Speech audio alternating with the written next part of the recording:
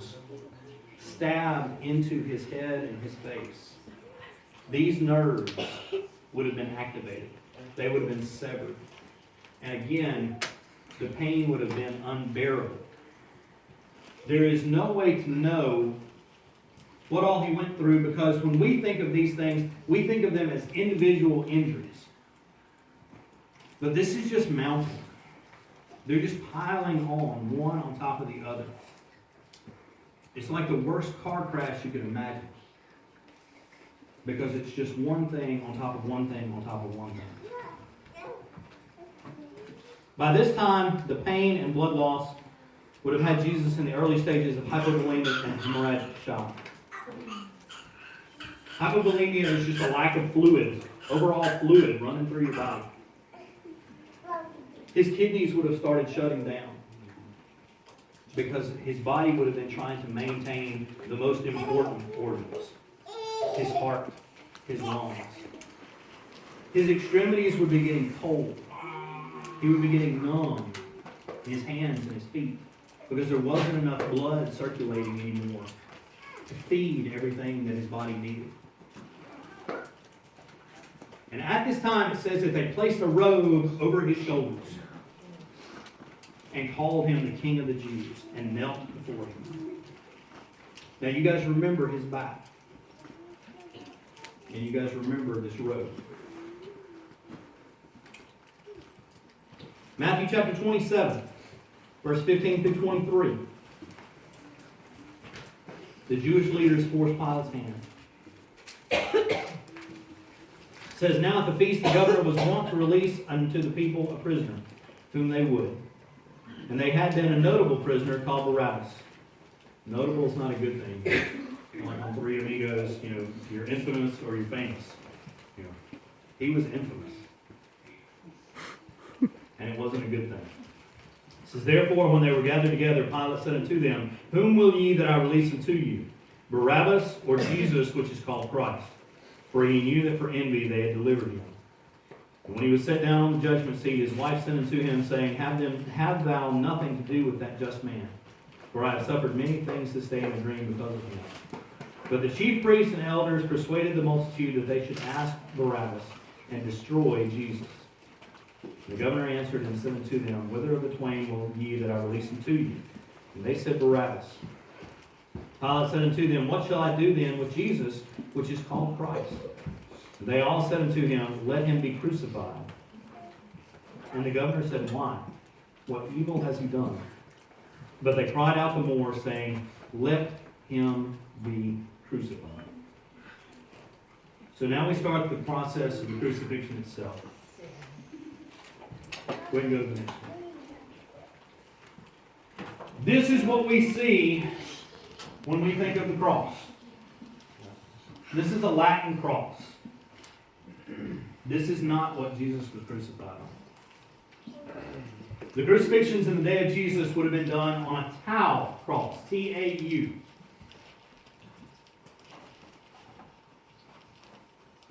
This was the popular form used during Jesus' time.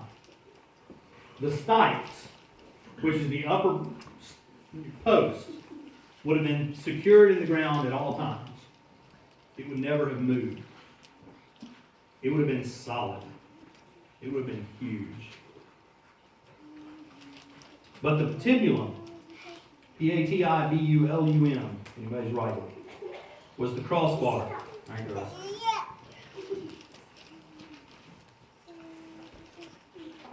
This would have weighed approximately 100 pounds. This is the crossbar. Now I want you guys to think for a second. Think about 100 pounds. Some of you, carry feed sacks and things like that. You felt what 100 pounds feels like. This patibulum was 100 pounds, approximately, between 75 and 125. So I averaged it out to 100. Let's just say 100. It's a good even number. When someone was being crucified, at this time, they would have just been tied. They would have been tied to the patibulum and told to carry it. Now, I don't know how many guys have ever put 100 pounds on their shoulders,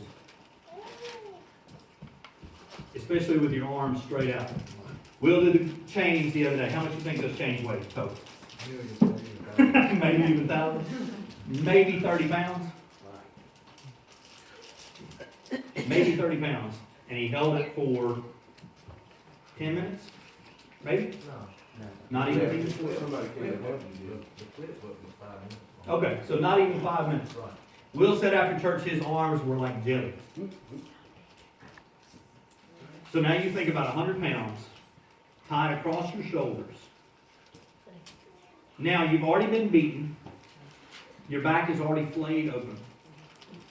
Now you put a rough, splintered hunk of wood across there. And you tie it into place. They would have been forced to carry it from the Praetorium, which is where Pilate was, which is where the trial was taking place, to Golgotha, to Calvary. That was 650 yards. That's been measured. This is a real place. This is not some fantasy thing we're talking about. They can measure it. They know exactly how far it was. 650 yards from place to place. Now, for anybody that can't figure out distances, I came down here and I measured. If you step from right here, and you walk in a straight line, and you walk across the highway, where the road crosses, if you step to the other side of the road, that is 100 yards, exactly. So now you think about it, and you got this post tied around your shoulders, and you're told to walk all the way across the road, all the way back, all the way across the road, all the way back, all the way across the road, all the way back, and then you walk out to where the tombstones start in the cemetery. The first winner's tombstone is 50 yards. If you can't judge it like that, get in your car and leave the parking lot from the edge of the church and drive back toward Highway 9, up into the curve where you'll see the street sign that says school bus crossing. I think that's what it says. Or deep curve or something. It's the first street sign on the left. Same distance. So you guys can walk it, you guys can ride it, however you want to do it. Just to get a picture in your mind of how far it was. The Bible says Jesus couldn't make it. Now this is where I saw something that I've never seen before. And guys, I've read the Bible a lot. But just like I tell y'all all the time, it doesn't matter how many times you read something, you're going to see something new for the first time. Who carried Jesus' cross? Anybody? Simon. It says they pulled a man out of the crowd called Simon of Cyrene. Okay? Now this is going to blow some people's mind. Because it blew mine.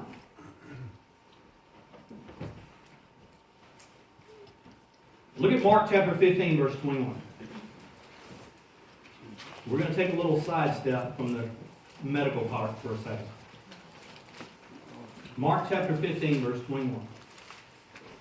Says, and they compel one Simon a Cyrenian, who passed by, coming out of the country, the father of Alexander and Rufus, to bear his cross. This does not say that Simon was a Christian. It doesn't say he was a follower of Christ. More than likely, if he's standing that close to the crucifixion, he's probably not. He's probably one of the ones spitting on him. He's probably one of the ones cursing him. He's probably one of the ones yelling, crucify him. Now flip over to Romans chapter 16.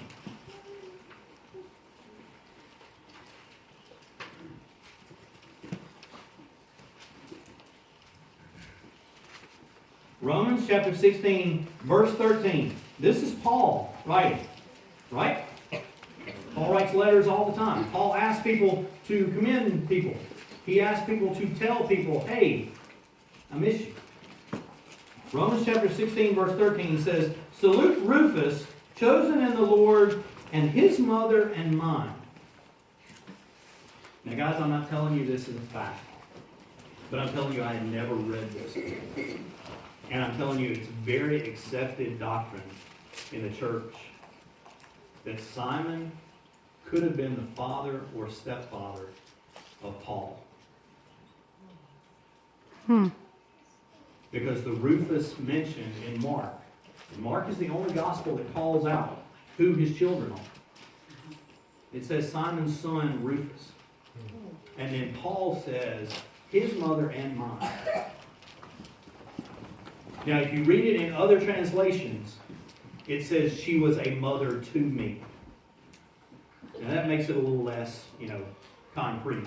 But we have no idea who Paul's parents are. There is no writing throughout history, not just the Bible. There's no writing throughout history who talks about who Paul's parents are. But I want you to just think about how intertwined everything is in God's plan. If this was Paul's father or his stepfather that hated Jesus, Paul was taught to hate Jesus. This was back when he was still Saul. He wasn't even Paul yet. And he was asked to carry the cross of Christ to Calvary. We don't know where Paul was. Paul could have been in the crowd too. But just to tie that in together, it just floored me. Because I had never seen it, I had never read it, I had never studied it. And I just wanted to throw that in a little bit. So at this point, either Jesus is tied to the patibulum, and he starts out and he falls. Most of tradition says that he fell. He couldn't carry the cross, and then they asked Simon. That's nowhere in the scriptures. Okay? That's just become tradition down through the years. It's shown in the Passion of the Christ, that he fell down and then they grabbed Simon. We don't know. Jesus might have not been able to take the first step. And they might have just grabbed him right then and said, you carry it all the way because he can't do it. But in front of Jesus would have been a standard bearer. And he would have been carried what's called a titles. That had the crime that Jesus was accused of written on a post. We hear about it all the time. It's written in different languages. This was done for every prisoner. It wasn't just done for Jesus. They make a big deal of it for Jesus because they wrote it in the different languages to make sure that everybody knew what was going on. But if you think about it, this title is, once they're placed on the cross, it is nailed above their head. So that everybody knows what they're being crucified for. That is where most people think we came up with this instead of this. Because if you nail it above their head, then you have a sign sticking up here. And it would have made it look more like a Latin cross. So, just a little info. Once at Calvary, Jesus' hands would have been nailed into the patibulum. Go ahead and go to the next slide. And I know some people might think this is graphic. It's really not. There's no blood or anything. But I wanted you guys to see. I made this spike. They have actually found people still nailed to the cross. They found bones with the nails still through it. Okay? They know exactly how large these nails were. This is 7 inches long, and it's 3/8 of an inch wide, square down to a point. Now, I didn't sharpen this one down as much as I'm sure some of those were. But you got to think, after they're nailed into that wood so many times, they probably weren't sharp either. Okay? Everybody thinks about Jesus being pierced through his hand. That's not true. There is no way that the human body can hold someone up pierced through here. If you stab yourself through here and you put any weight at all on it, it's just going to tear right through. Okay? But if you read back through Scripture and if you read back through the old original Greek, the wrist is considered part of the hand. Okay? This shows this cross-section here. This is the cross-section that you see here. He was nailed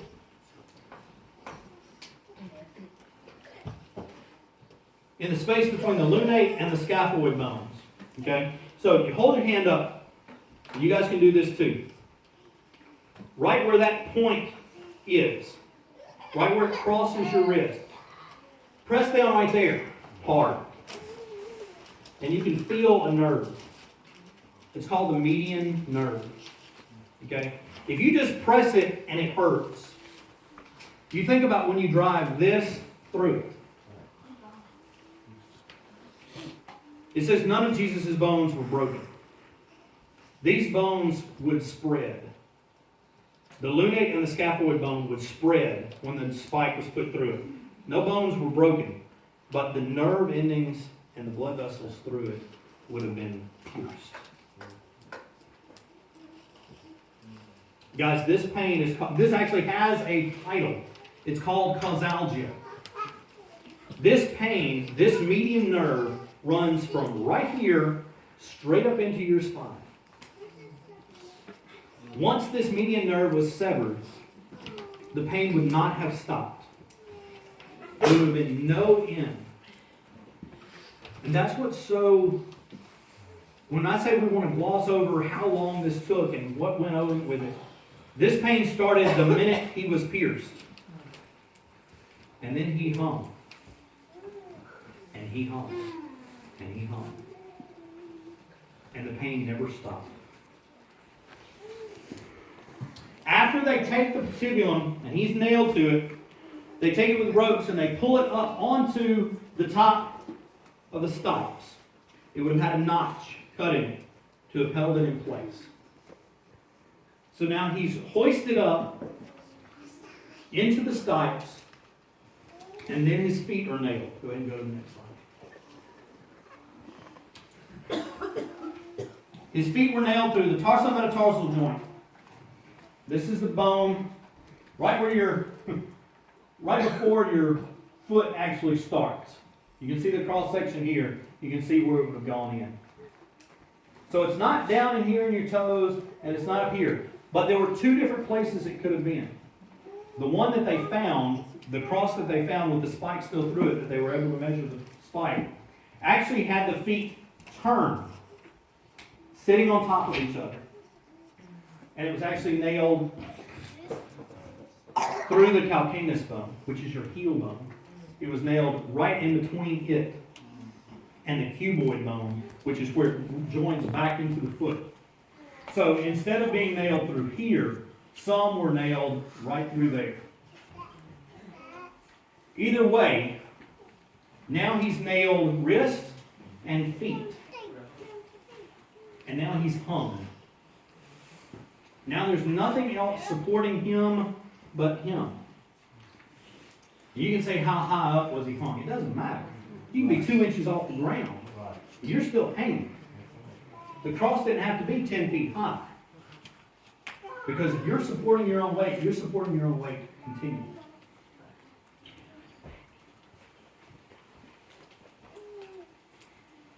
After about 10 or 15 minutes, I want you guys to picture a gymnast. Those guys, man, they're ripped up.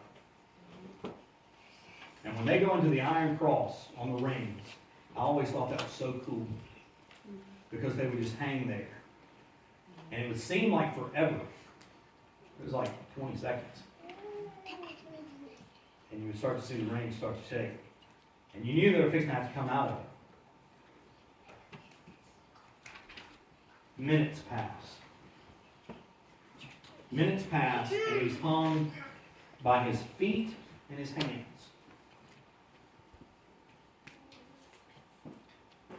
As the minutes pass, they say most of the time 10 to 15 minutes. If you look back at, writings of actual crucifixions. 10 to 15 minutes, his shoulders, his elbows, and his wrists would have all been disjointed. I don't know if you guys have ever pulled a shoulder out of place and had to have it put back in. I've put back in more than I can count. And it's no fun. And just with one joint being out of place, people come in screaming. This is usually the position that they walk in the door. Because they can't do anything with it. Jesus' joints were pulled out one by one as he got more tired and more tired. After all three joints, his wrist, his elbow, and his shoulder were pulled out of place, his arms would have been 9 inches longer. Each arm would have been 9 inches longer than where it started. 9 inches may not seem like a lot. But if you think about your shirt sleeves, you know, they wouldn't fit anymore. 9 inches longer. Now he's no longer hung in a T. Now he's hung in a Y. Go to the next slide. Guys, this is the most graphic picture, I guess, if you're going to say graphic. But Jesus is still covered here. In reality, Jesus was butt naked. Was he done that way, you know, for any purpose physically? No. He was done that way just to humiliate him one more time. They were strung up naked. But this is what I want you guys to see, because this is what actually killed Jesus Christ. As his joints become weaker and stretched and pulled out of place, he slumps down into a Y position. The reason we show it like this is because I want you guys to think about your breathing. We never think about how we breathe. Will talks all the time about watching the baby in the crib and just watching his belly go up and down. It seems like such a natural thing. Every time you take breath, to take a breath, you actually work out. You pull your muscles.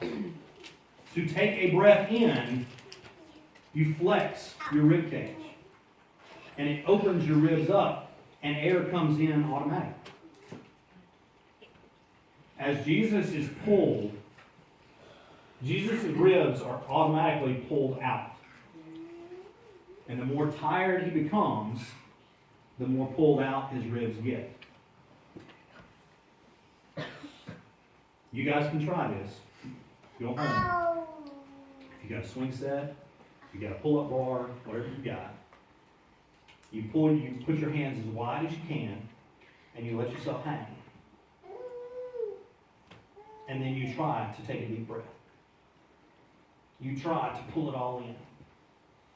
You can't do it because they're already out there. There's nothing else to pull. So for Jesus, the breath going in is not the problem. You're already pulled all the way out. Your breath comes in without you thinking about it. The problem is, he can't let it back out. To let his breath back out, he has to pull himself back into a T position. There's only two ways he can do it. He can either pull himself up by his wrists, or he can push himself up by his feet. Either way, those nerves are getting shredded every time he puts any pressure. But one way or the other, he has to get up into a T position to let his breath out, to exhale, just so he can take one more breath in. And to take a breath back in, he has to drop back down. Those ribs have to expand. And then for the next breath, he has to pull himself back up. And then he has to let himself back down. This goes on for 6 hours. Just like we talked about a minute ago, one of the things I never thought about, and the reason every time I speak, every time I preach to me. I speak to me. I want to know more about what I'm talking about, what I'm basing my life on. One of the things I never think about with the crucifixion is his back again. Every time he pulled himself up into a T, every time he let himself drop back into a Y, he is stuck to this tree. And every time, it's not like he pulls himself away from it and comes up. No, he has to slide down it. And back up. And he has to pull up it. And those wounds on his back are just ripped open over and over and over. All the beatings, all the scourging, all the exhaustion, all the hematidrosis, all the fatigue from everything he's endured has caused what we call pulmonary and cardiac effusions. These are fluid-filled sacs. There's a condition that we see a lot called cardiac tamponade. Everybody always thinks of your heart as just a big muscle. But again, anybody that's ever skinned a deer or anything and seen organs, you know that there's a sac, a covering around your heart to protect it, to lubricate it, to make it function as it should for the 80 or 90 or 100 years, however long you live.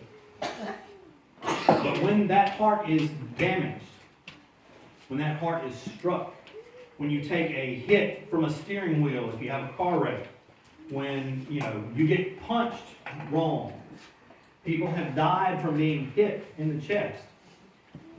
Sometimes that's from an arrhythmia that causes your heart to stop, but a lot of times it's because when the heart is damaged or struck, it causes that sac around the heart to start filling with fluid as a protection sometimes.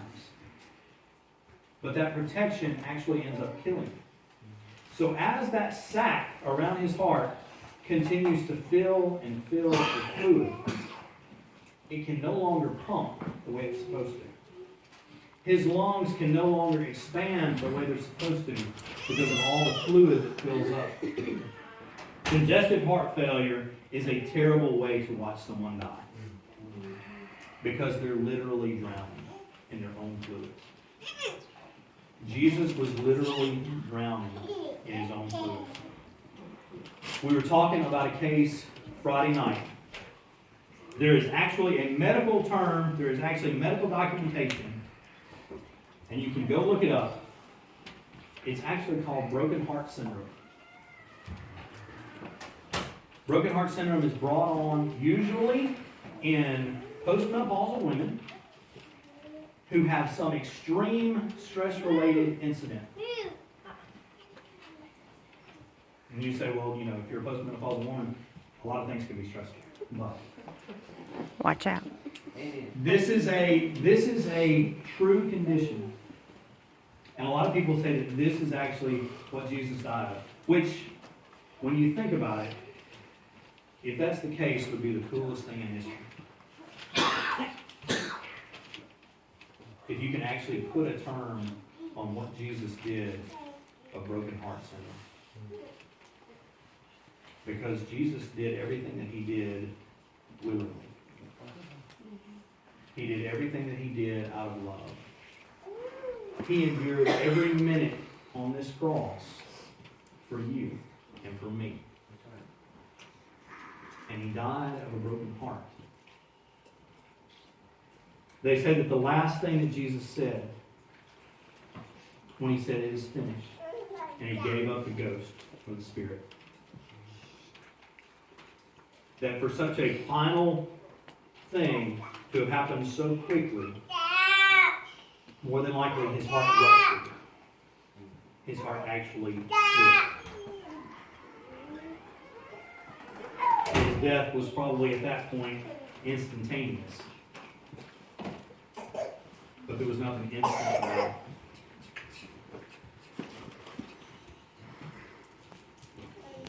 So what happens next? John 19.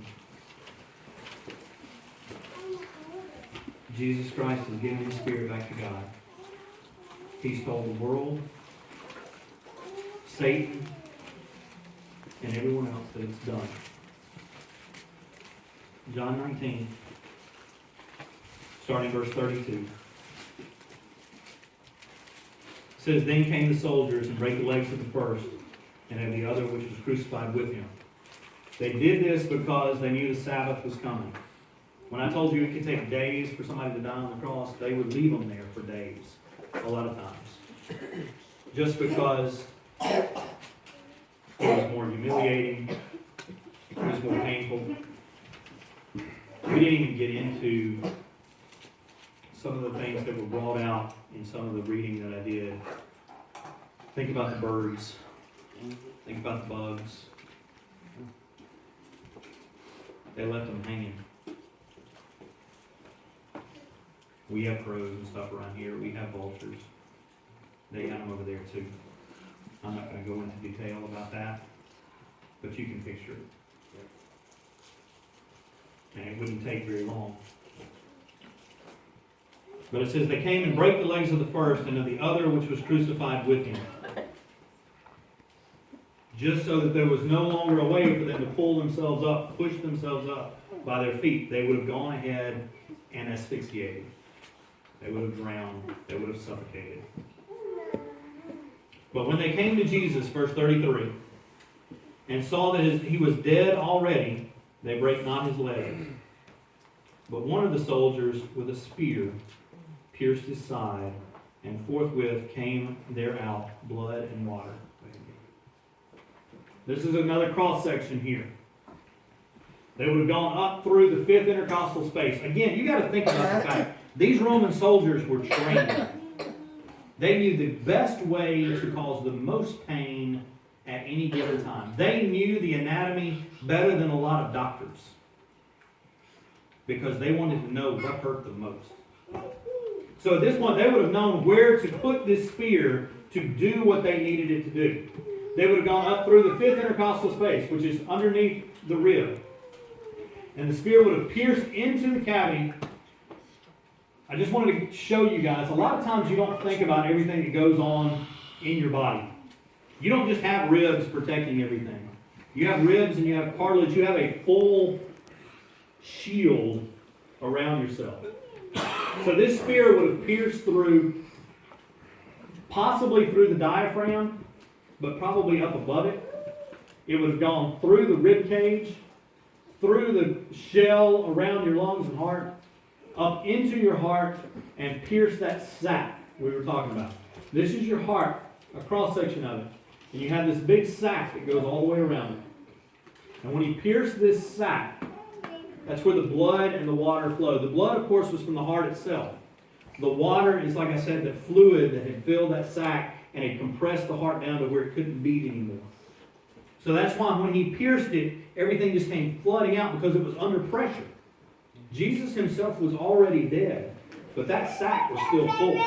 And it was tight. And so when he hit it, it would have all flowed out.